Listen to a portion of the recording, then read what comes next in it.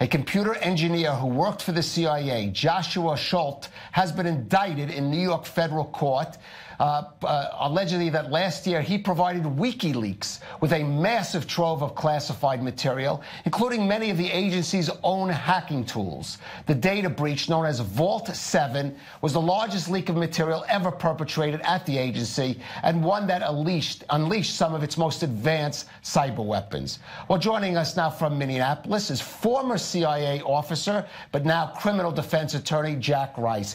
And Jack, first let's put it into context. How serious, how bad were the consequences of this breach? Well, potentially they're huge. I mean, that is the real problem, is when you think about one of the things that intelligence organizations do, whether it's CIA, whether it's Mossad, whether it's MI6, all of them are working at a whole different level. And one of the areas where they're working is in cyber effort. And what it was that Mr. Schulte was involved in and what he apparently disclosed had directly to do with that. This is the cutting edge of the intelligence world. The idea that he would release that, including some of the code to the likes of Wikileaks, really turns everything upside down. And nobody even knows yet quite how bad it is. Jack, if we're talking about those cyber hacking tools that the CIA possesses, it's really something that once it's out of the box, you cannot get it back in. Any sense of how an organization, how the CIA can actually start to repair that kind of damage? Yeah, that's a great question. I think the first thing that you have to do is you have to sit down and imagine if you could attack this yourself. If you had the tools yourself, what can you burrow into in the agency, and how is everything interconnected? Because everything is. And the idea is, how do you not just fill those gaps? It's more than just sort of plugging the holes. It's about reorganizing, creating an entirely new environment, and that is very difficult. This could take a decade or more, but you have to do something immediately. So what you're seeing is an enormous effort being done by the intelligence community that goes back to 2016. That's looking at this very issue, saying, okay, what do we do? How do we stop this threat? But it's the next threat. And who exactly was able to get their hands on this intelligence? Did it just end up with Julian Assange, or did it end up with the Russians or the Israelis or the Chinese or anybody who's not the Americans? Because that's how the Americans are going to see this.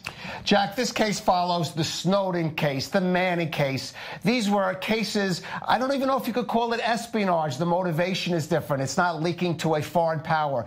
Is the intelligence community getting caught unaware or surprised by this phenomenon? What do they have to do? Change their vetting methods, change the way they classify material?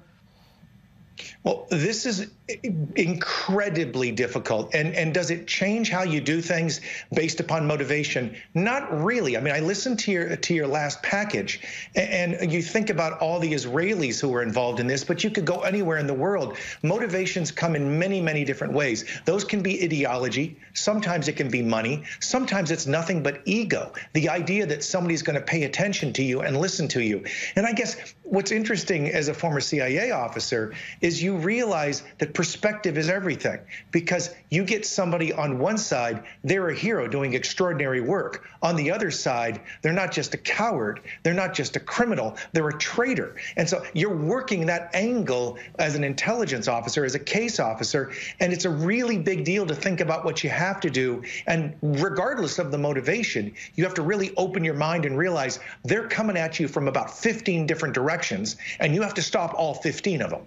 All right. Well, that 29-year-old computer engineer, ex-CIA, will now be going through that legal process. So far, he has been indicted in that case. Jack Rice, great to have you here with us, shedding some light on the scope of that massive intelligence breach, and really for talking about hacking tools. That is something that, as he says, will take over a decade to repair, really overhauling how the whole toolbox works.